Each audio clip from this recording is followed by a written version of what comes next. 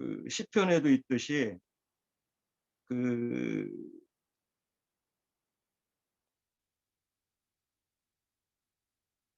사람은 존귀한데, 원래 사람이 존귀하게 이렇게 이제 목적성을 가지고 하나님이 창조를 하셨는데,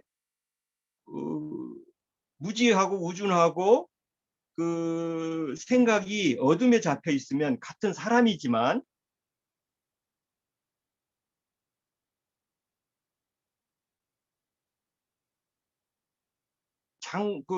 멸망하는 짐승 같다는 거예요. 반대로. 예? 원래 하나님의 창조 목적은 참 사람을 향해서 여러 가지, 우리가 시편을 읽어봐도 그 깊으신 뜻을 가지고 이렇게 창조했는데, 그 존귀성을 모른다는 거죠, 인간이. 짐승 가치의 이 물질계에서 사는 그 가치뿐이를 발견을 못하게 되는 이 우둔함에 이게 인간들이 집중하다 보니까 인간의 그 존엄성을, 창조 목적성을 잃어버린 사람들의 그 우매함이 어떠한가. 그 말이 이제 보면은 뭐 시편 몇 편이냐, 이게 49편 12절에 있는데, 사람은 존귀하나 장구치 못함이며 멸망하는 짐승 같도다. 저희의 행위는 저희의 우매함이나 후세 사람 오이 저를 말을 뭐 이렇게 그 우매한 사람의 그 저주성을 이렇게 짐승 같은 그걸로 이렇게 비유를 하고 있는데, 저도 참 인생을 살다 보니까 한때 저도 뭐 많이 우리 지체들하고 나눴지만은 그 염세주의에 이렇게 있었던 그 깊은 시간들이 있었는데, 왜 이렇게 사람 가치가 이렇게 없어지나. 우리 인간들은 서로 아름답게 살아야 될 그런 가치들이 있는데, 실제 세상에서 살다 보면 아주 그 세상의 치열함과 또 어떤 그 살아가는 그런 질고 환난, 뭐 여러 가지 그런 풍파들은 사는 존재를 별로 그렇게 기쁘게 못 느끼는 시간들이 많거든요. 그러면 사실은 어떤 사람이 질문했더라고요. 왜 사람을 이렇게, 하나님이 좀 잘못됐다는 거예요. 왜? 아니 이렇게 힘들게 살 목적으로 왜 인간을 만들어 놓고 이렇게 왜 힘들게 이렇게 살기만 했냐 이거야. 하나님, 전능하신 하나님이 좀 행복하게 살고 평화롭게 살게 이렇게 해놓지, 이렇게 치열하고 전쟁하고 죽이고 살리고 사기치고 하는 이런 인생으로 살게 한 하나님이 계시다면 이거 잘못된 창조 아니냐 이런 얘기를 하더라고요. 참 많이 공감도 갔어요. 그때는 정말 왜 이렇게 인간을 해놓고 이렇게 하나님 속을 썩이고, 성경을 봐도 그냥 이스라엘 나라조차도 해놓고 맨 속상하고 그냥 이런 것들을 볼 때는. 그런데 사실 그 깨달지 못하는 자의 그 한계라는 거죠, 그게. 예. 하나님의 그 창조 목적성을 깨닫지 못할 때 시편의 8편의 이 아름다운 참 의미의 노래를 이해를 못하는 거죠. 그때 그렇게 되면 다윗이 노래하는 이 참 의미를 알고 묵상 안에 들어가야 되는데, 뭐 얘기가 너무 길어지면 그러니까 하여튼 우리들은 그 참 목적성을 시편의 8편을 통해서 하나님의 창조 목적성을 정말 누리고 기뻐하는 그런 참의 우리의 뭐야 그 소리가 있어야 된다. 예, 봅니다. 예, 찬양이 있어야 된다고. 예, 여기까지입니다. 예, 또 다른 분 계신가요? 빨리 밥 먹어. 창세기 1장을 잠깐 한번 보도록 하겠습니다.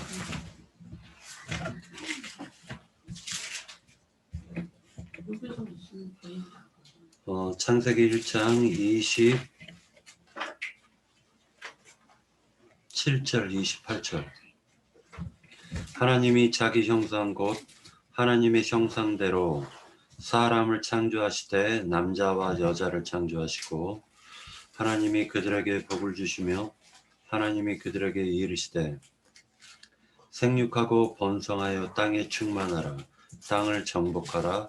바다의 물고기와 하늘의 새와 땅에 움직이는 모든 생물을 다스리라 하시는지라.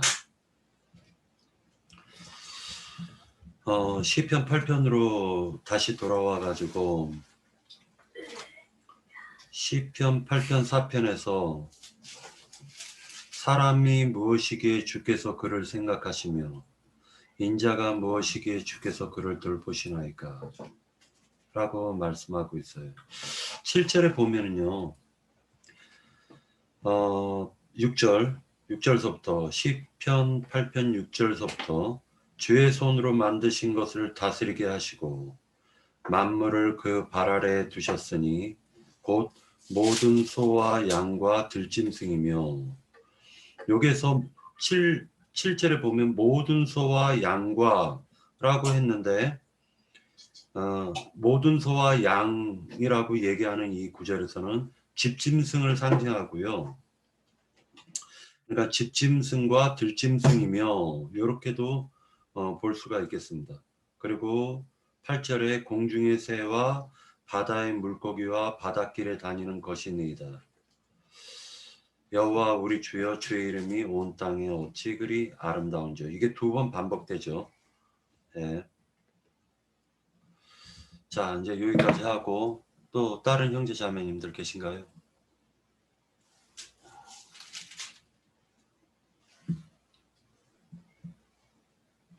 네, 네. 제가 잠깐 하겠습니다. 네. 시편 8편 딱 읽을 때 1절과 끝에 9절이 2번 반복되는 걸 볼 수 있고, 그리고 일단 감동이 되는 거는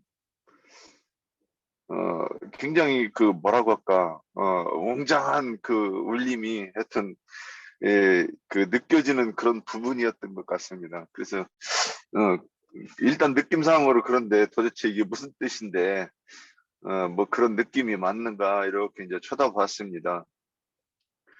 여호와 우리 주여, 주의 이름이 그랬어요. 그러면 이 이름이 무엇을 지금 이 시편에서 압축해가지고 이름이 그랬는데, 이 이름이라는 말이 정말 많이 인용돼요. 근데 주 예수를 믿으라, 그리하면 너와 내 집이 구원을 얻으리라 이렇게 말씀하고, 주의 이름을 부르는 자는 그랬어요. 구원을 얻으리라 그랬어요. 그러면 주의 이름을 믿는다고 하는 것과 주의 이름을 부르는 것이 같다고 보여요. 그러면 여기서 주의 이름이 온 땅에 어찌 그리 아름다운지 그랬으면, 여기 땅이 온 땅 그러면 제가 이 부분을 좀 명확히 이렇게 안 보이는데, 그래서 온 땅 그랬으면 이게 주의 이름을 부르는 사람과 부르지 않는 사람. 그래서 여기서 보면 이제 2절에 보면 주의 대적과 이렇게 돼 있어요. 그러면 주의 대적과 또 여기 그 하늘 그랬는데, 이 하늘이 하늘들인가 해서 찾아봤는데 좀 그건 아닌 것도 같아가지고, 제가 이거를 어떻게 봤는지 이거를 이게 좀 명확히 하지 않은 부분인데, 그냥 느낌상으로 저는 이 온 땅이라고 하는 게 이 두 양면을 같이 얘기하는 것 아닌가 이렇게 싶었어요. 그래서 온 땅 그러면 믿는 자들이나 믿지 않는 자들에게 이렇게 이제 이렇게 보였고요. 그런데 온 땅에 어찌 그리 아름다운지요, 그러면서 주의 영광이 하늘을 덮었나이다. 그래서 여기서는 이제 일부분만 믿는 자들에게는 그 영광이 나타났다 또는 보였다, 깨달았다 이렇게 말씀하는 것 같이 이렇게 보였는데, 제가 이렇게 잘 보았는지 모르겠습니다. 여기까지 일단 말씀드립니다. 참, 주의 이름 그러면 주의 이름 그러면 이게 그 어떤 사람이 그러니까 누군가가 제 이름을 들었다고 치고 또 내 가족 같은 경우에 그러면 윤상훈 그러면 제 아내한테는 우리 남편은 어떤 새끼야 이렇게 말하든가 우리 남편은 어떤 사람이야 라든가 또는 우리 남편은 내 남편은 참 괜찮은 사람이야 또는 우리 남편은 이런 분이야 이렇게 그러니까 마음속에 표현되는 부분이 있을 것 같아요. 그래서 그러면 그게 뭐냐 그 사람의 인격을 느끼는 거죠. 인격이 어떠한가를 이렇게 표현하는 건데 주의 이름 그러면 하나님이 어떠한 분이라는 거를 성경을 통해서 그래서 예수는 그리스도라 이렇게 표현되어 있는데 성경을 통해서 그분이 스스로 계신 분이시고 그분이 만물을 창조하신 분이시고 또 그 만물을 충만케 하시는 이시라고라는 거를 이 염두에 두고 이거를 주의 이름 이렇게 얘기했던 것 같은데 그러면 그 이름이 알려지면 그거는 영광에 나타나는 것이고 하늘이 덮였다 이렇게 표현되는 것 같다. 일단 여기까지 좀 정리가 좀 잘 안 된 것 같긴 한데 찰떡같이 들으셨기를 바라면서 마칩니다. 네, 수고하셨고요. 지금 이 시편 8편에서 보면 이게 이제 결과적으로는 우리가 최종적으로 이제 추수돼서 말 그대로 이제 계시록 끝에 20장 되면은 이제 심판이 이루어지고 난 다음에 구속받은 사람들이 최종적으로 부를 노래가 아닌가라는 생각을 해보았습니다. 그때 우리가 다 이 시편 8편을 갖다가 주님 앞에서 부르게 되지 않을까 그 생각을 해보았어요. 자, 중요한 것이 이 시편 8편이 히브리서 2장에서 영적인 해석을 해주고 계시걸랑요. 시편 8편에서는 원수들 즉 2절에 보면 주의 대적으로 말미암아 어린아이들과 젖먹이들의 입으로 권능을 세우시며 이는 원수들과 보복자들을 잠잠하게 하려 하심이니이다 라고 얘기하고 있어요. 아까 다니엘서를 갖다가 5장을 읽었었던 이유 중에 하나가 다니엘서에 시편 3편을 보니까 주의 손가락으로 만드신 주의 하늘과 주께서 베풀어 두신 달과 별들을 내가 보니 라고 나와 있는데 이게 창세기 4번째 날에 달과 별들을 짓죠. 그러니까 이게 지금 창세기 1장하고 겹치는 말이고 결국 그리스도를 통해 가지고 그리스도와 교회를 통해 가지고 세상을 갖다가 다스리고 정복하고 충만하게 하시려는 뜻이 하나님의 목적이 시편 8편이 지금 그걸 찬양하고 있는 것으로 보여집니다. 그래서 어떤 한 사람 한 사람 내가 시편 8편을 보면서 어떤 생각을 많이 가졌냐면 개인적으로 자신의 뜻을 갖다 성취하는 것보다도 하나님 아버지의 뜻이 이루어지는 것이 더 큰 영광이라는 걸 느끼게 돼요. 최종적으로는.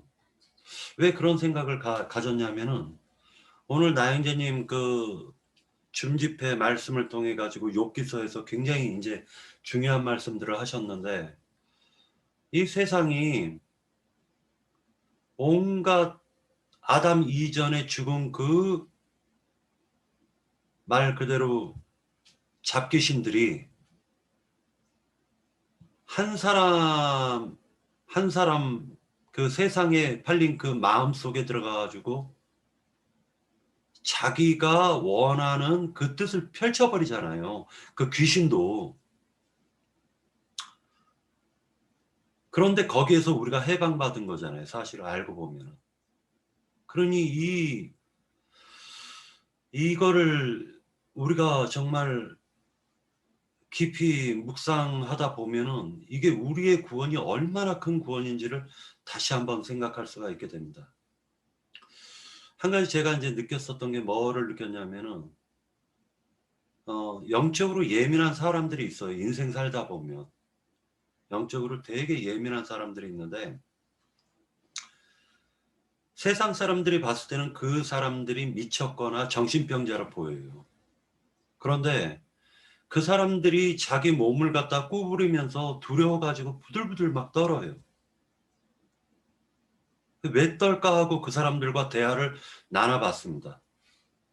그랬더니 사람들이 와서 괴롭힌다는 거예요. 그런데 아무도 없어요. 그 주변에.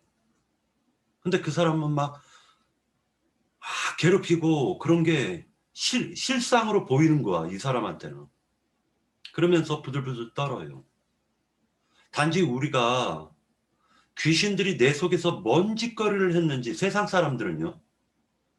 귀신들이 와가지고 그 사람을 어떻게 괴롭히고 어떻게 활동하고 있는지가 그 사람들이 감각이 둔해져가지고 모를 뿐이지 영이 예민해져가지고 만약에 그런 것들이 느껴졌다 하면은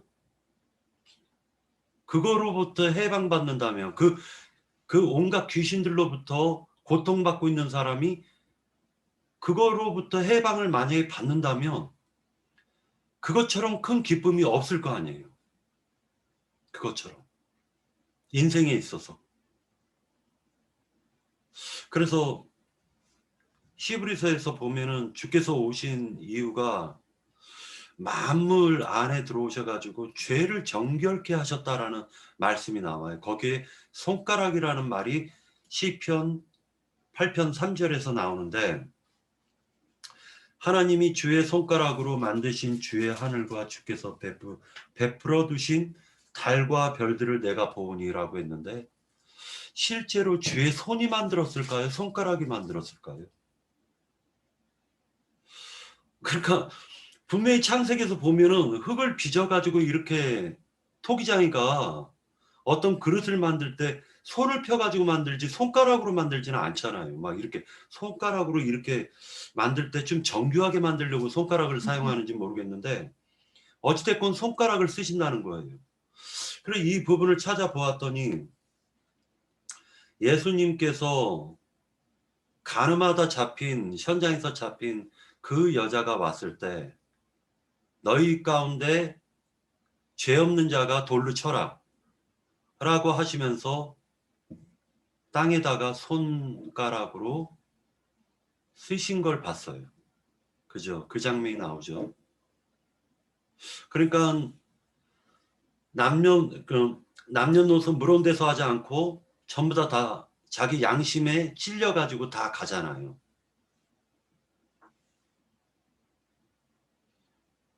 그래서 아까 다니엘서 5장을 읽었던 거예요. 다니엘서 5장에서 보면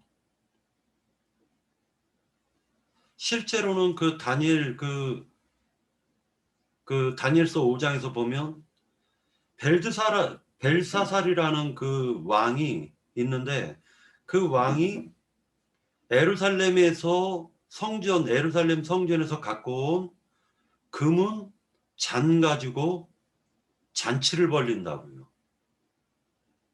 하나님이 있어야 될 곳에 하나님이 먹고 마셔야 될 그 모든 기물을 자기가 먹고 마시는 거예요. 그때 다니엘이 하는 말이 굉장히 놀라운 말을 했기 때문에 제가 아까 그걸 듣자고 한 거죠. 그러니까 세상이 지금 알고 보면 마귀와 그의 사자들인 악령들과 그리고 온갖 귀신들에 의해 가지고 역사되고 있다라는 것을 다니엘서 5장이 지금 보여주고 있는 것이 아닌가 그런 생각을 해보면서 8편을 보게 되었습니다. 9시까지 하고요. 9시까지 하고 요 시편 8편은 좀 나행자님한테 좀 해석을 좀 맡기도록 하겠습니다. 한두 사람 더 예, 이수인 자매님. 예.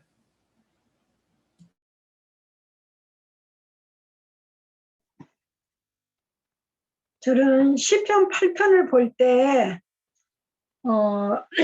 다윗 형제님이 사무엘하 7장에 거기 7장을 좀 볼까요? 사무엘하 7장에서 보면 그 7장 1절에서 보면 여호와께서 주위의 모든 원수를 무찌르사 왕으로 궁에 평안히 살게 하실 때에 주님께 감사하는 기도를 한 것이 있는데 그 18절에서부터 22절까지 보면 다윗 왕이 여호와 앞에 들어가 앉아서 이르되 주 여호와여 나는 누구이오며 내 기분 무엇이기에 나를 여기까지 이르게 하셨나이까. 주 여호와여 주께서 이것을 오히려 적게 여기시고 또 종의 집에 있을 때에 먼 장래의 일까지도 말씀하셨나이다. 주 여호와여 이것이 사람의 법이니이다. 주 여호와는 주의 종을 아시오니 다윗이 다시 주께 무슨 말씀을 하오리까. 주의 말씀으로 말미암아 주의 뜻대로 이 모든 큰 일을 행하사 주의 종에게 알게 하셨나이다. 그런즉 주 여호와여 주는 위대하시니 이는 우리 귀로 들은 대로 주와 같은 이가 없고 주 외에는 신이 없음이니이다 하고 기도하면서 감사 기도하는 것을 볼 수 있는데요. 이거 왜 그랬냐면 다윗이 이때는 밧세바를 범하기 전인데 내 위를 견고하게 해주겠다고 하셨기 때문에 감사 기도를 하고 있는 것을 볼 수 있는데 이게 시편 8편에서도 이것을 염두에 두고 이렇게 주의 이름이 온 땅에 어찌 그리 아름다운지요 하고 찬양의 이 시를 올렸던 것 같아요. 그래서 어디에선가 보면 기억이 안 나는데 다윗이 나는 벌레요 사람이 아니라고 고백한 것이 어디에선가 본 것 같거든요. 근데 우리 옛사람의 상태를 보면 정말 벌레만큼 징그러운 것 같아요.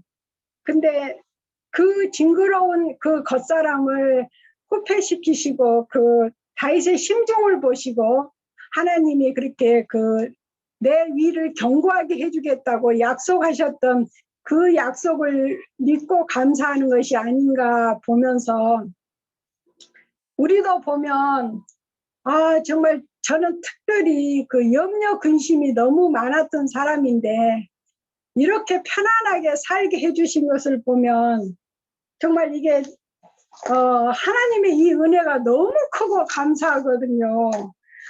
그러니까 다윗도 그런 자기 자신을 보면서 내가 무엇이간데 주님 나를 생각하사 또 사람이 무엇인데 주께서 그렇게 생각하시는지 이런 걸 되돌아볼 때 다들 너무 감사하고 사람의 말로는 다 표현할 수가 없지만 이런 큰 구원을 이루게 하시고 또 누리게 하시고 베풀어 주신 주님의 은혜가 너무 크다는 것을 다윗 형제님은 여호와 우리 주여 주의 이름이 온 땅에 어찌 그리 아름다운지요 이렇게 시를 쓰지 않았을까 저는 싶어져요. 그러면서 2절에 주의 대적으로 말미암아 어린아이들과 젖먹이들의 입으로 권능을 세우심이여 했는데 이것도 마태복음 21장 16절에서 보면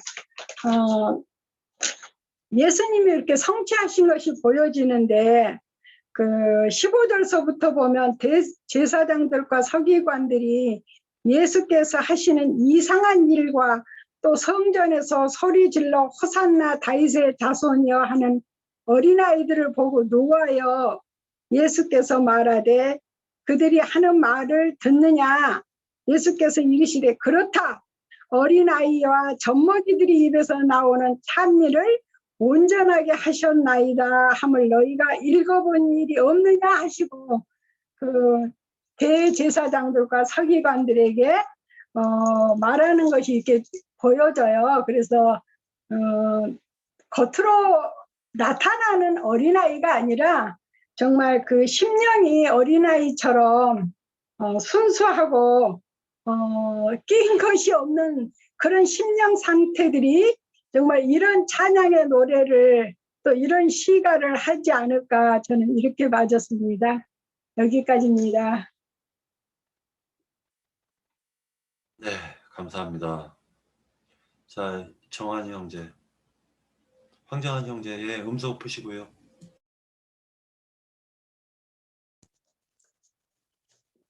네, 안녕하세요. 네, 저는 시편 그 8편을 이렇게 묵상하다 보니까 오늘도 여지없이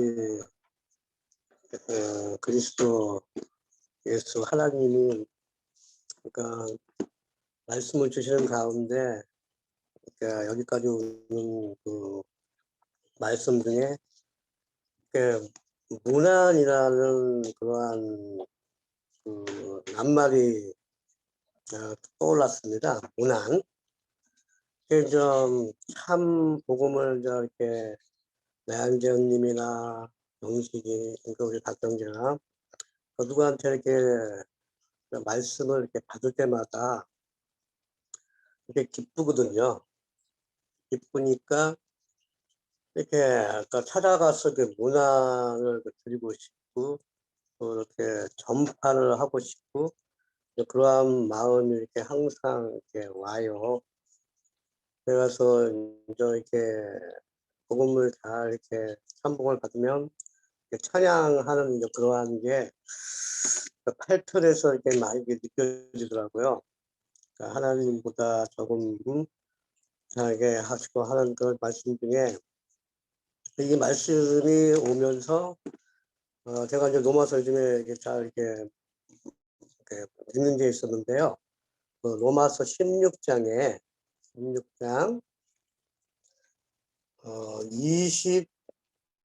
21절에서 27절 거의 마지막 절입니다. 거의 마지막 절.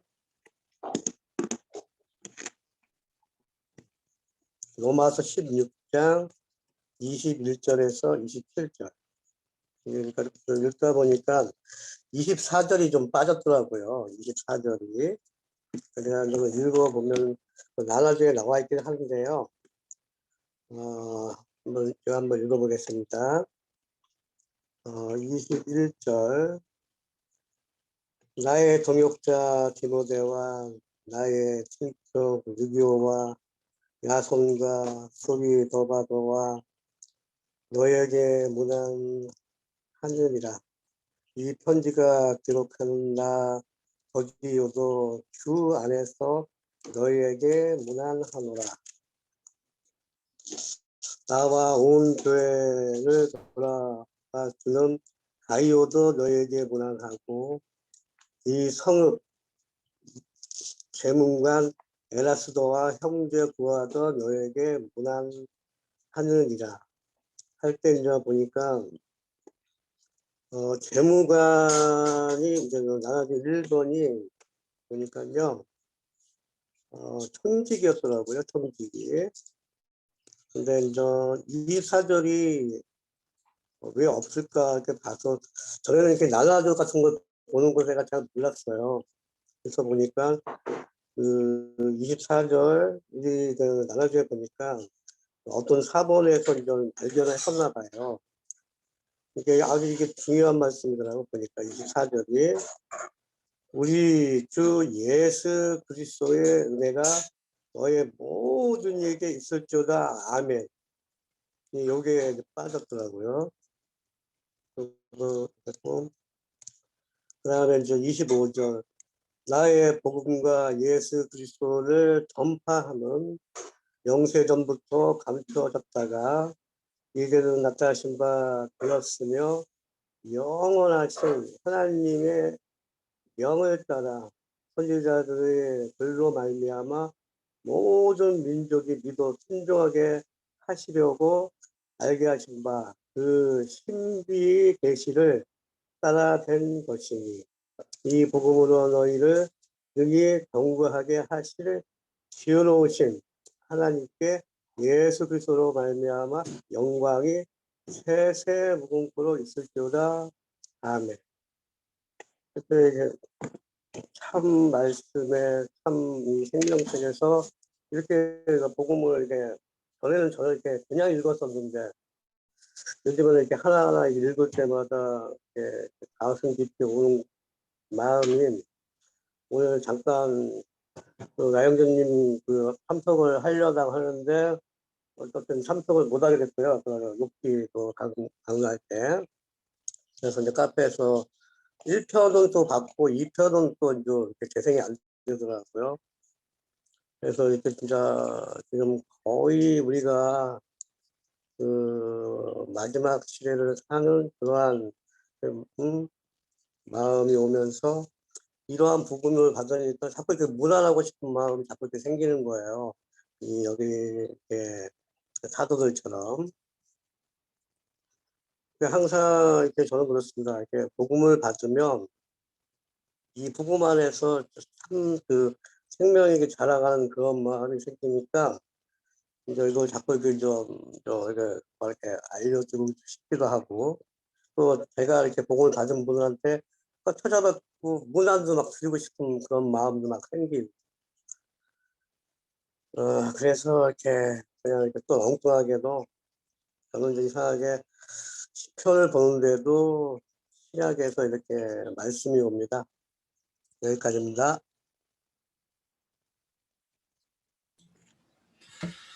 시편을 떠나가지고 요번에 그 형제님께서 오늘 낮에 하셨던 그 욥기서를 들으면은 확실히 전도할 목적이 생기죠, 우리가. 왜 그러냐면은 진짜 이 세상이 그 창세기 1장 2절에서 말씀하셨던 것처럼 하나님의 신이 수면 위에 운행하시잖아요.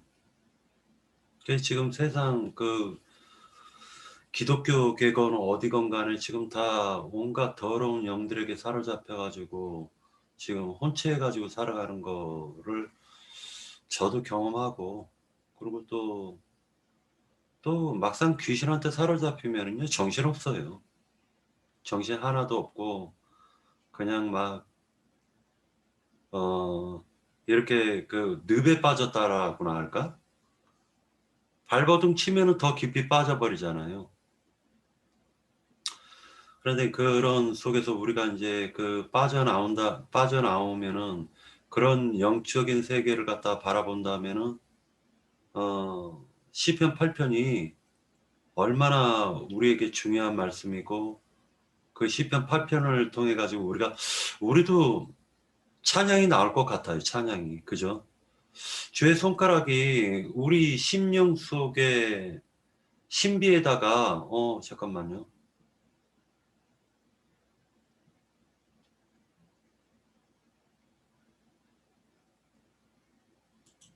뭐야 이거. 그 엑스표에 그냥 이거. 왜 그냥 엑스표 하세요 왜? 갑자기 영상이 끊겼는데 저 끊기지 않았나요? 잘 나오고 있어요. 네네. 자, 그렇게 해서 결국에는 이제 그 시편을 지금 보고 있습니다. 그 손가락으로 이제 우리 신비에다가 새기는 것을 볼 수가 있는데요.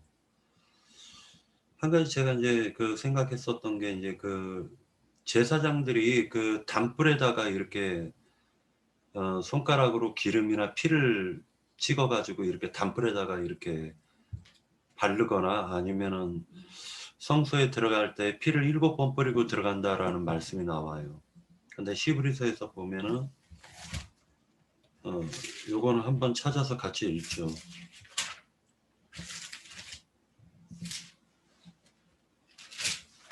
네. 히브리서 10장 22절 21절서부터 읽겠습니다.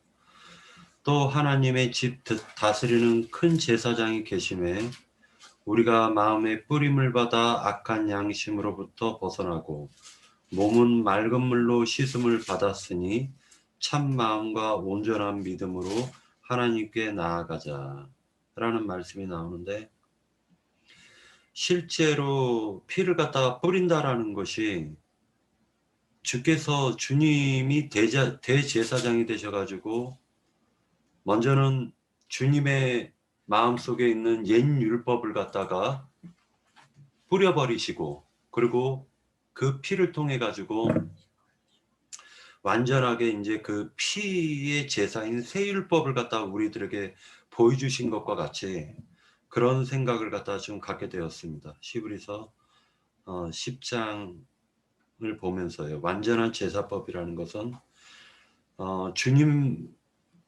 심령 속에 새겨진 그 옛 율법을 갖다가 주님의 피로 완전하게 씻어낸 것이 우리들에게 적용된 것이 아닌가, 그런 생각을 좀 해보았습니다.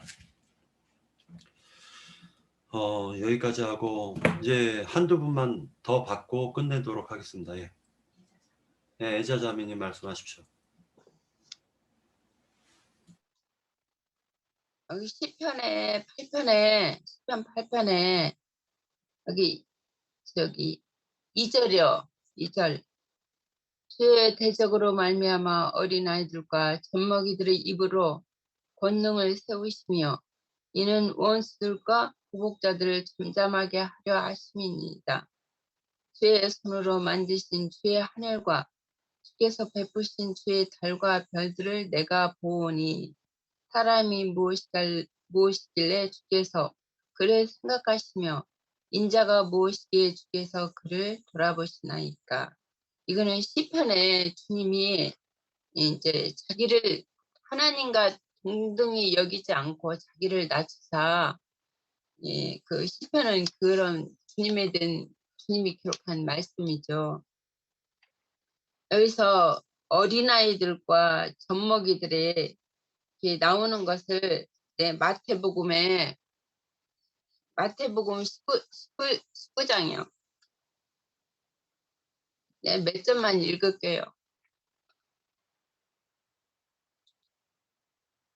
앞에 내용은 다 아실 거니까 19장 13절이요.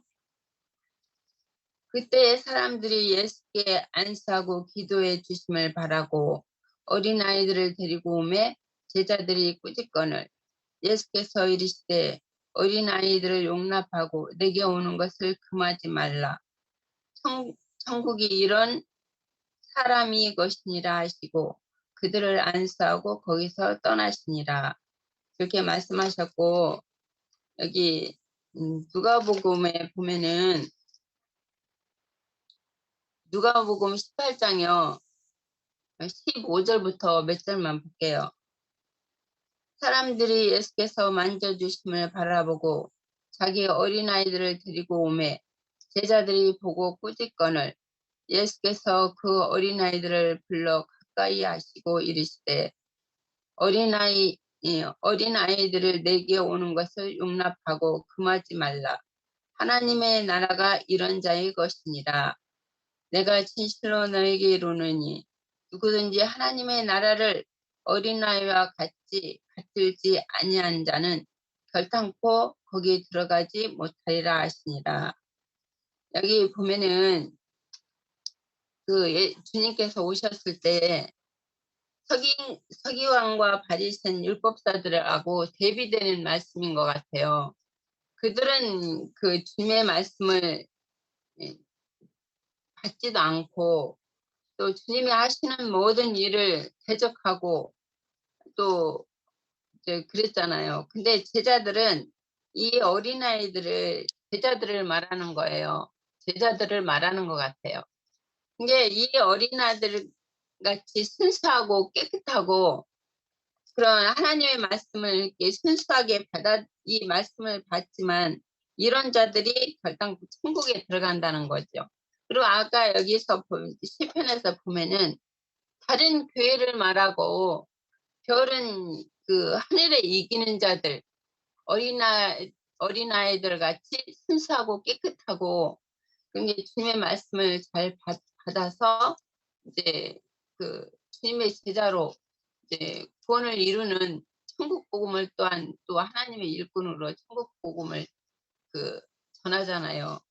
그래 그런 자들만이 순수하고 깨끗하고 어린아이들 같은 자들만이 그 하늘의 별과 같이 주님이 그 빛날 것이라고 그랬잖아요. 그러니까 어디에서 또 이런 말씀이 있죠. 악에는 어린아이가 되고 지혜에서는 장성한 자가 되라. 그 말씀도 있잖아요. 네, 제가 깨달은 것은 여기까지고요. 이게 여기서 보면은 그 시편 다윗의 그 시는 예수 그리스도 예표의 사람이니까 다윗은 시편에 아까도 시편을 읽었지만 시편은 그 주님이 이 땅에 오셔서 일단은 몸을 입고 죄인의 모습으로 오셨기 때문에 자기가 하나님이면서도 그 본인을 낮추셨잖아요. 낮춘 말씀이잖아요. 이게 시편에는 이게 본인은 천사들과 하나님과 동등하지 여기지 않고 자기를 낮추사 그런 말씀을 하셨거든요. 그러니까 어린아이들 같이 순수하고 자기를 낮추고 그런 자들만이 결단코 천국에 들어갈 수가 있다. 네, 그런 말씀인 것 같아요. 여기까지입니다. 네, 수고하셨습니다. 자, 마지막으로 한 번 더. 예, 제가 조금만 네. 더 이렇게 아까 제가 말씀한 것 같고요. 이순희 자매님 말씀한 것, 애자 자매님 말씀한 것, 이렇게 이제 쭉 들어보면서 이 부분이 이제 4절, 5절, 6절을 보면 사람이 무엇이기에 주께서 그를 생각하시며 인자가 무엇이기에 주께서 그를 돌보시나이까 그를 하나님보다 조금 못하게 하시고 영화와 존귀를 관에 씌우셨나이다. 이 표현들이 다른 곳에서도 인용되고 우리가 이제 이 나누면서도 이게 예수 그리스도라고 그러는 거 우리가 다 이건 인식하고 있어요. 그런데 그것을 보고 위쪽을 이렇게 보면 그러면 주의 이름이 온 땅에 아름다웠다 이 표현이 아까 제가 이렇게 저렇게 이렇게 이제 설명하려고 애를 써봤는데 결국 인자로 예수가 이 땅에 오셔서 그분의 이름이 그분의 교훈이 어떤 사람들에게는 받아들여지고 어떤 사람들에게는 받아들여지지 않은 거를 한다고 아까 이제 어스무레하게 얘기했는데 그러면 이 부분이 이렇게 분명하게 주의 대적질을 하는 사람들이 있고 또는 순종하고 제자들로 사는 사람들이 있다고 이렇게 표현된다고 보입니다. 1절과 2절 요 어간에서 그렇게 다시 3절 가면 그런데 여기 이제 어린아이들 그러면 대적하는 자들 반대에서 양면적으로 봤을 때 그 대적하는 그 어린아이들 젖먹이가 나온다고 봐요.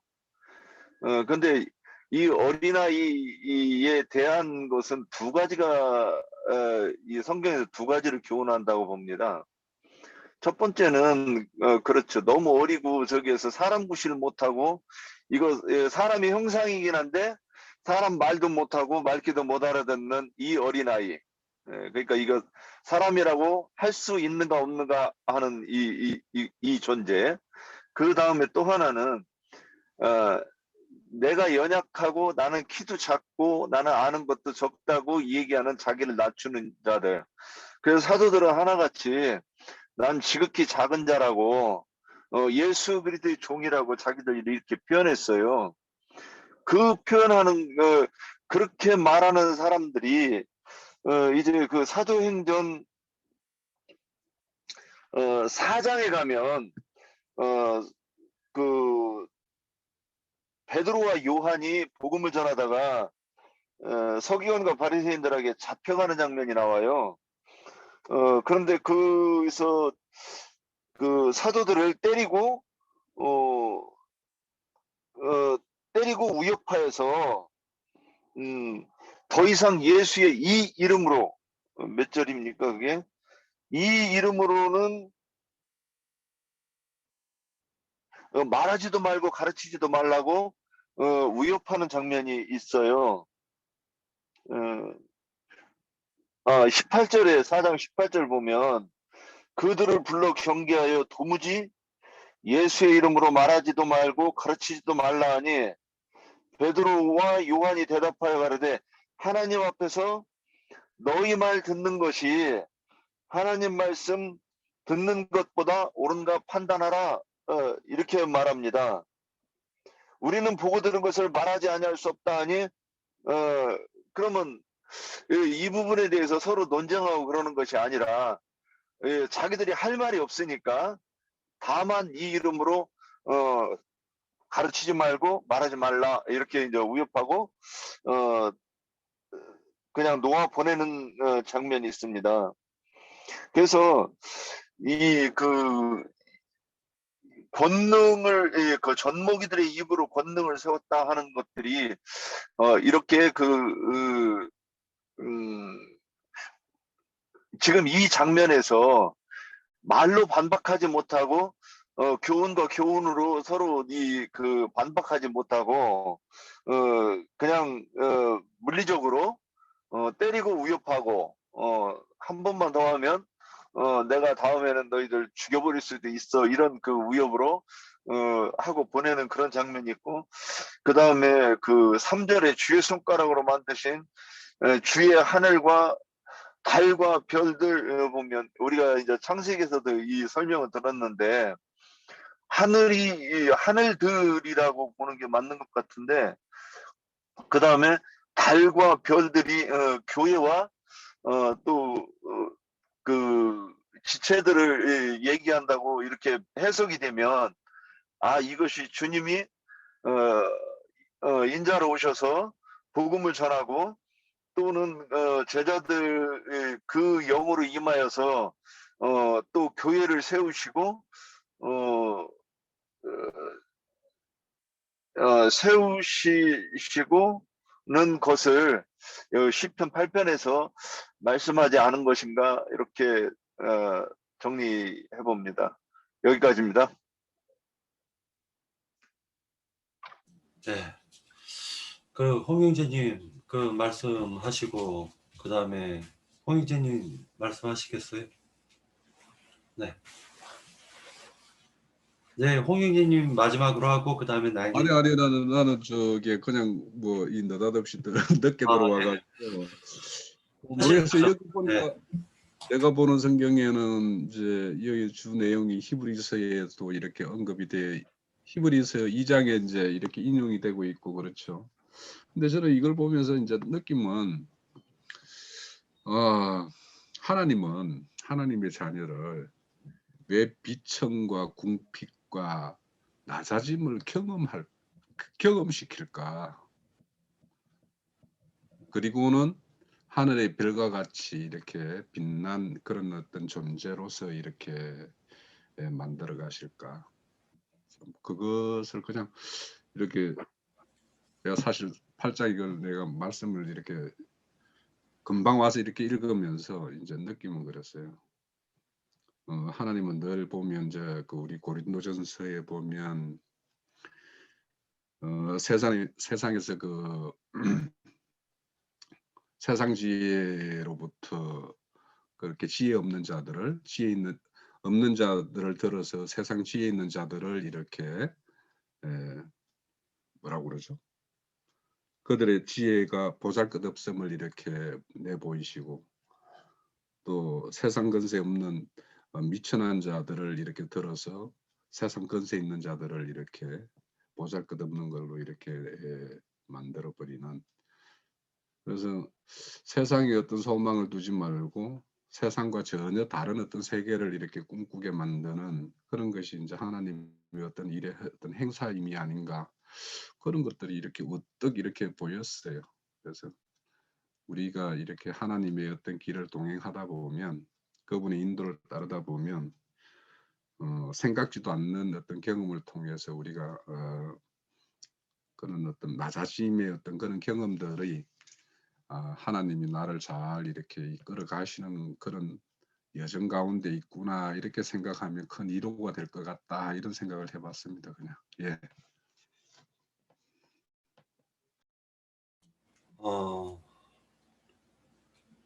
시편 8편을 갖다가 이렇게 준비를 하면서 사실은 오늘 그 낮에 나인제님께서 증거한 내용이 너무나 중요해가지고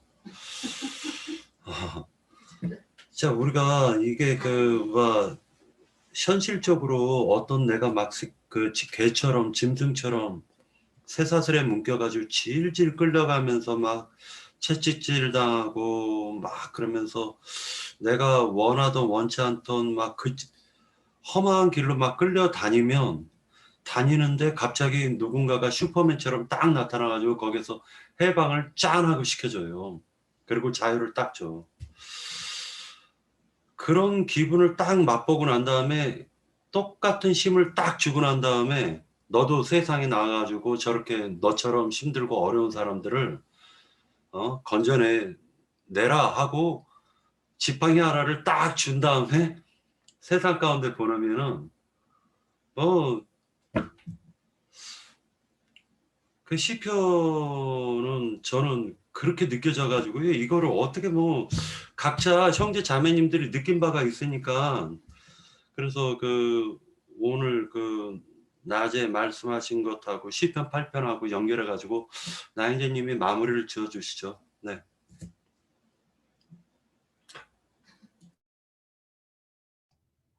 우리 지체들이 더 참여를 하시고 했으면 더 좋은 일인데, 이제 마쳐야 되니까 뭐 한 15분이 남았네. 그러면 너무 길게 주는 것 같으네 오늘은. 예, 저기 뭐 서는 그렇고, 여기 나오는 인자는 인자 사람, 예수님을 보여주는 표현이고요. 그 예수님께서 코르키시카는 그 모든 생물, 온 땅의 모든 생물들의 대속을 위해서 대속물로 오신 하나님의 아들이다 라는 것을 지금 찬양하는 내용이고요. 온 땅에 어찌 그리 주 이름이 온 땅에 어찌 그리 아름다우냐, 이런 식으로 이제 표현을 했는데, 거기 온 땅이라는 말을 그냥 문자대로 온 지구상 그렇게만 해석할 것이 아니라 온 땅에 코르키시카는 모든 생물들을 지금 함축적으로 하는 말이에요. 생축들은 이제 소, 양이고, 그다음에는 들짐승들을 위해서 그 생축으로 드리는 게 소와 양이죠. 들짐승들을 구속하기 위한 것이죠. 이제 공중의 새가 나왔는데, 공중의 새는 정한새가 나오고, 정한새는 구약 시대에는 비둘기였고 신약 시대의 성경에 참새가 추가가 됐어요. 물론 구약 성경에도 참새가 나와요. 시편에 이제 참새가 어차피 나오는 이야기니까. 참새는 사람이 식용으로 쓸 수가 있도록 돼 있죠. 그다음에 비둘기도 식용으로 쓸 수가 있어요. 하나님이 받으시는 이제 제물이에요. 그다음에 육식성 새들이 있어요. 근데 육식성 새들이 훨씬 힘도 세고 크고, 뭐 독수리니 부엉이니 뭐 까마귀니 이런 것들 전부 육식성이잖아요. 그런 것들은 공중권세 잡은 악의 영들을 상징하는 거예요. 참새, 비둘기 이런 것들은 주님이 받으시는, 잡수시는, 사람이 먹도록 허용해 주신 새니까 이것은 그리스도의 영을 상징하는 것이죠. 예수 그리스도의 영이에요. 그다음에는 이제 바다의 물고기와 물에 다니는 것들, 오늘 욥기 강론에서도 그걸 강조를 했는데, 이것은 세상 사람들과 세상의 영을 따라서 세상적인 사고로 신앙생활하는 사람들, 그런 사람들이에요. 그런데 그 온 땅이라고 함축적으로 표현을 한 거예요. 이런 조물주의 이름의 모든 그런 피조물들이 영광을 돌리는 그런 노래가 시편 8편이다. 그 제목에 나와 있죠.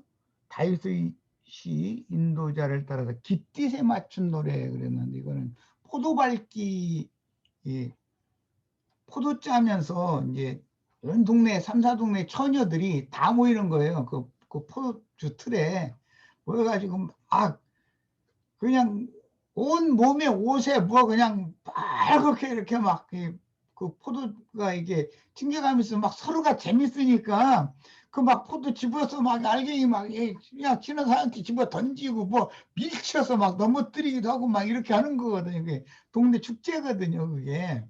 그래서 이게 포도 수확의 노래라는 그런 의미가 있어요. 그러니까 이것은 대속자로 오신 예수 그리스도의 대속을 받은 성도들을 주님의 집안 내에서 거둬들이는 것이 포도 밟기 하는 거잖아요. 그 교회 생활의 최정점이거든. 그런 것을 이 제목을 잘 이해를 하셔야 되겠어요. 그 다음에 조물주의 이름에 모든 구속받은 성도들은 다 기뻐해야 된다는 그런 내용이 주제예요. 그리고 아까 우리 유은영제님이 여기 시편 8편에 나오는 하늘이라고 우리 번역이 했는데 이게 복수인지 단수인지 잘 모르겠다 그랬는데, 이것은 1절은 더 heavens라고 돼 있고 3절은 thy heavens. 이거 저기 니나 자매님 어디 갔어?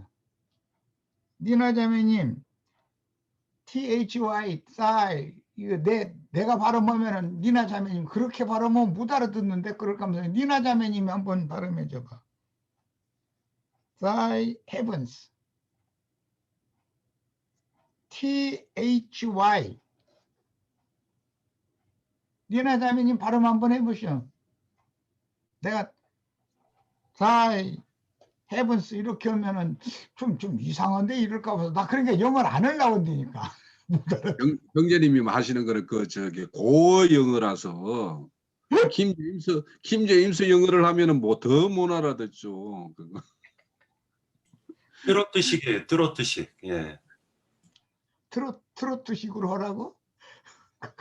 아니야, 이게 고어라서 니나 자매님도 못 알아들으실 것 같아. 내가 본 데는 현대어가 아니거든. 현대 영어가 아니거든 지금. 그 3절에는 thy heavens라고 되어 있고요. 1절에는 the heavens, 다 복수 형태예요. 이게 1절에 나오는 건 창세기 1장 1절의 첫 단어에 나오는 그 하늘들이라고 하는 것은, 이것은 스카이가 아니고 헤븐스예요. 그것은 정신세계의 하늘들을 말하는 거예요. 히브리어로는 하샤마임이죠. 하샤마임. 그 같은 용어예요. 자, 이제 그렇게 이해하시고, 이제 말씀을 마칠 시간이 됐네. 8분밖에 안 남았네. 누가복음 19장 다 같이 펴서 한번 읽어보고 마칠 겁니다. 28절로 44절. 자, 누가복음 19장 다 같이 본인의 성경으로 같이 펴서 읽기는 이제 내가 읽을게요. 28절로 44절 읽고 이제 마칠 겁니다. 19장이었지. 28절로 44절. 예수께서 이 말씀을 하시고 예루살렘을 향하여 앞서 가시더라. 이게 마지막 그 한 주간 동안에 있었던 얘기예요. 감람원이라 불리는 산 쪽에 있는 벳바게와 베다니에 가까이 가셨을 때 제자 중 둘을 보내시며 이르시되 너희는 맞은편 마을로 가라. 그리로 들어가면 아직 아무도 타보지 않은 나귀 새끼가 매여 있는 것을 보리니 풀어 끌고 오라. 여기 아무도 타보지 않은 나귀 새끼라는 것은 어린 양으로, 나귀는 항상 어린 양으로 대속받은 짐승을 말하는 거예요. 그런데 아무도 타보지 않으니까 베다니 마을 사람들은 아무도 타보지 않은 나귀들이에요. 이게 이제 비유예요. 그 말의 의미는 감이 오시죠? 유대교 지도자들이 볼 때는 부정하다 해서 예루살렘 성전에 들어올 자격을 박탈당한 사람들이에요.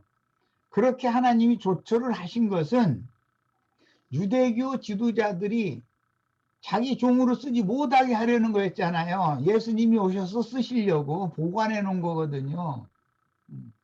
세상에서 뭐 소년대 영 세상 말로 말하자면 얼굴이 너무 안 이뻐. 그러면은 보존되는 거예요. 예.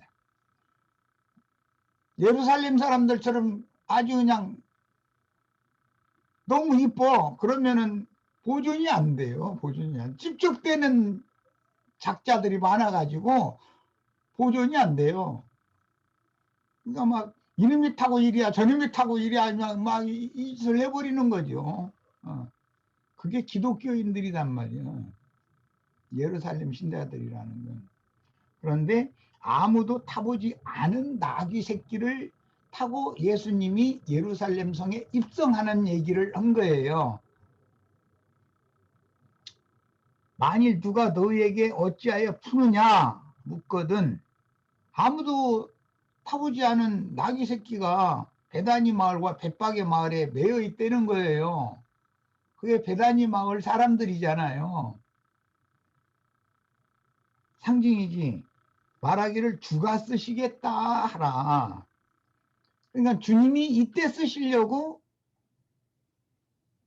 뭐 문둥이촌에 사는 사람들은 거룩한 유대교인들이 아예 상종을 않게 만드는 거예요. 그들을 보존시키는 방법이었었죠. 우리 형제 자매님들도 다 이런 말씀을 듣고 주님 앞에 나올 수 있는 은혜가 있다는 것은 세상에서 헌금이라도 잘 내고 목사님 하면서 따라다니고 그러면 그 사람들 가만 놔두지를 않아요. 다 타고 다니면서 다 지껏 삼아버리고 다 그러지. 그러니까 우리가 이런 은혜가 있어야 이 감사의 찬양을 할 수 있단 말이에요. 시편 8편 이게 찬양하는 노래는 막 기뻐서 포도 수확을 하면서 포도 밟기를 해가면서 막 동네 아가씨들 3, 4동네 아가씨들 다 모여가지고 막 깔깔대고 웃고 막 포도 갖다 뭐 얼굴에다 집어 던지고 뭐 온 몸에 그냥 막 다 묻히고 밀어가지고서 그냥 점잔 떨도 못해요. 그 안에 들어가면 포도 밟기 하러 들어가면 밀쳐가지고 막 거기서 포도즙에 그냥 온몸을 범벅하게 만들어가지고 서로 깔깔대고 이게 잔치하는 것이거든요. 그게 그 잔치에 참석한 처녀들만 그 사무엘기에 보면 베냐민 지파의 남은 자손들이 자기 아내로 골라가잖아요. 지금 내가 하는 말 이제 감이 오죠. 시편 8편 하면서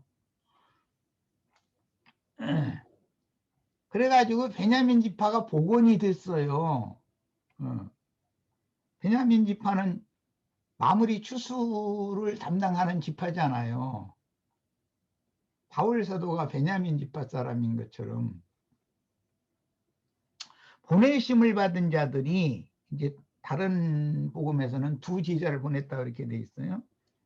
가서 그 말씀하신 대로 만난지라 아무도 타보지 않은 나귀를 만난 거예요. 나귀 새끼를 풀 때 그 임자들이 이르되 어찌하여 나귀 새끼를 푸느냐. 그 임자들은 뭐 예를 들어서 그 베다니 마을의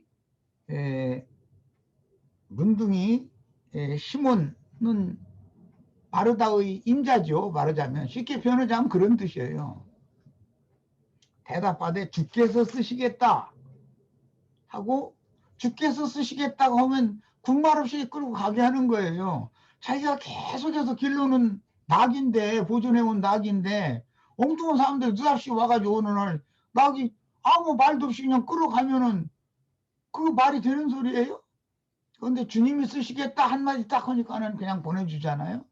그런 것이 뭔 뜻이에요? 오늘날 우리 형제 자매님들이 전도를 해서 사람을 얻으시면 계시록에서는 장로들이 그 관을 어린 양 앞에 던진다 이제 이렇게 됐는데, 주님께로 중매라고 주님 것 되게 하는 것이 목적이지 자기 것으로 이렇게 자기 안에 삼는 것이 목적이 아니거든요. 중매를 하는 게 목적이니까 이걸 잘 생각하셔야 돼요. 이 시편 8편을 아는 사람은 딱 여기를 생각하셔야 되는 거예요. 기쁨의 찬양을 해야 되니까 추수와 관계가 되는 얘기고, 가실 때 그들이 자기 겉옷을 길에 펴더라. 이것은 이미 감난산 내리막길에 가까이 오심에 제자의 온 무리가, 여기는 이제 줄을 쳐놓습니다. 다른 데서는 어린아이들, 이 10편에 나오는, 오늘 8편에 나오는 어린아이들 이야기가 다른 복음서에서는 어린아이들이라고 했어요. 근데 여기서는 제자의 온 무리라고 그랬어요. 이 젖먹이와 어린아이들이 잠잠하면 이 돌들이 소리 지르리라 이렇게 인용을 했어요. 돌멩이들이 소리 지르는 거 봤어요? 성경이라는 게 사람의 생각으로 해석은 할 수가 없게 돼 있는 거죠. 그것은 세례 요한에게 침례를 받으러 온 세리와 장교와 모든 죄인들을 염두에 둔 말이었었어요. 거기에서.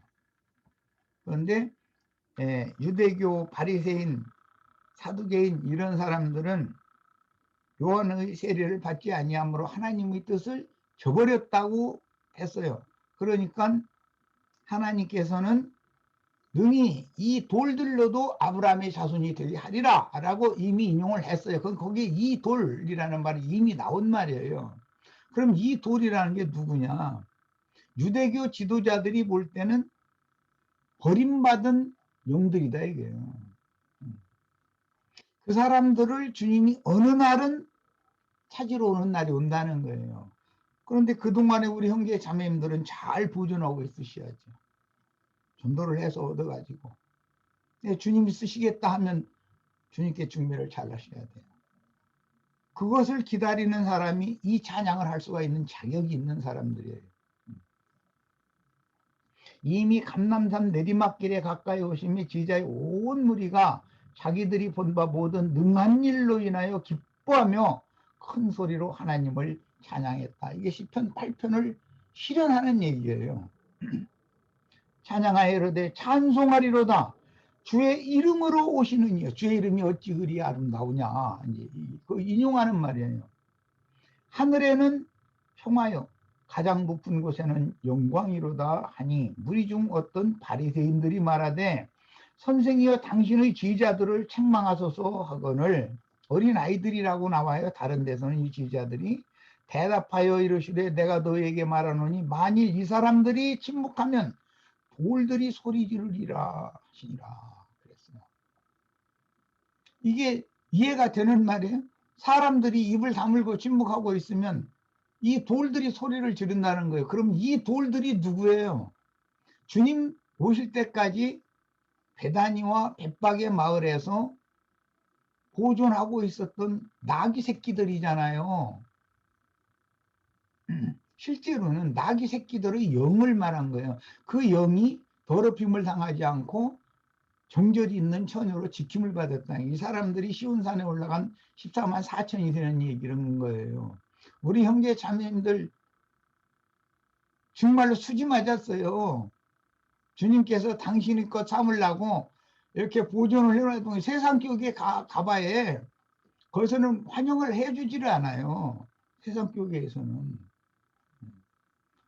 우리 목사님하고 신주단지 떠받들듯 해주는 사람들이나 좋아하지, 형제 자매들 거기 가면은 찬밥 신세인 거예요. 그러나 주님이 딱 오시면은 주님 것이 되는 거예요. 이게 얼마나 비밀인지를 아셔야 돼. 가까이 오사 성을 보시고 우시며 이제 반대의 개념으로 딱 바꿔주죠. 예루살렘 성 사람들은 베다니와 벳박이 마을에 매여 있던 나귀 새끼를 눈길 한번 준 적이 없어요. 관심 없었어요. 그런 자들인데 주님이 보실 때 예루살렘 성에 나귀를 타고 가까이 이제 이르는 거예요. 우시며 이르시되 너도 예루살렘 성복하는 말이에요. 오늘 평화에 관한 일을 알았더라면, 여기 평화라는 것은 하나님과 원수된 관계를 화목되게 하는 걸 말하는 거예요. 예수 그리스도의 구속을 대속으로 말미암아서나 이게 가능한 얘기니까 이것을 알았더라면 좋을 뻔하였거니와 지금 내 눈에는 이게 숨겨졌도다 그랬어요. 기독교계 사람들이 이런 성경을 만약에 우리처럼 이렇게 해석이 된다면 기절할 거야 아마. 기절하지 않겠어요? 얼마나 놀랐겠어요? 날이 이를지라 네 원수들이 토둔을 쌓고 너를 둘러 사면으로 가두고, 로마를 실제 보내서 이렇게 해서 예루살렘 쓸어버리잖아요. 또 너와 및 그 가운데 있는 네 자식들을 땅에 메어 치며 돌 하나도 돌 위에 남기지 아니하리니 이는 네가 보살핌을 받는 날을 알지 못함을 인함이니라. 오늘날 육신을 입고 있는 예수님이 오셔서 전도할 때 주님이 보내신 종들이 이런 말씀을 증거할 때 자신이 아직 육신을 입고 이 생에 살아있는 동안에 보살핌을 받는 날이잖아요. 그런데 그날을 그들에겐 딱 가려놓으신다는 거예요. 하나님이. 왜 가려졌겠어요? 교만해지니까 그래요. 영적으로. 네, 마치겠습니다.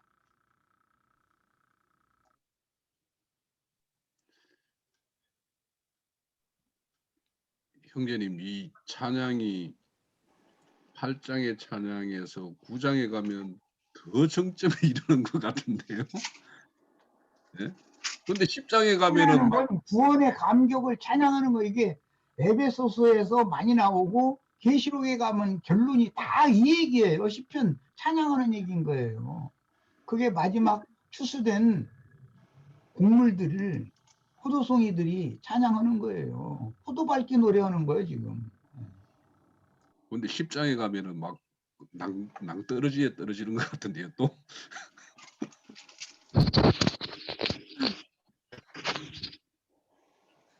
네, 이거 뭐 시편 8편을 또 누가복음 19장하고 연결해서 이렇게 해석을 해주셨습니다. 처음에 제가 나이제님 만났을 때 복음을 전해 잠깐만요. 네, 나이제님 처음에 만났었을 때 제가 그때 이제 막 불이 붙어가지고 막 그냥 돌들에게 복음 전한다라는 얘기 했었었는데 그게 떠오르네요. 여기 시편 8편을 이렇게 정리하면서 이제 9편으로 넘어가면서 더 정점에 이르는 그 찬양이 또 기대됩니다. 예, 그러면 내일 모레 9편을 하도록 하겠습니다. 예, 수고들 많으셨고요. 좋은 밤 되십시오. 예, 들어가 주십시오. 네.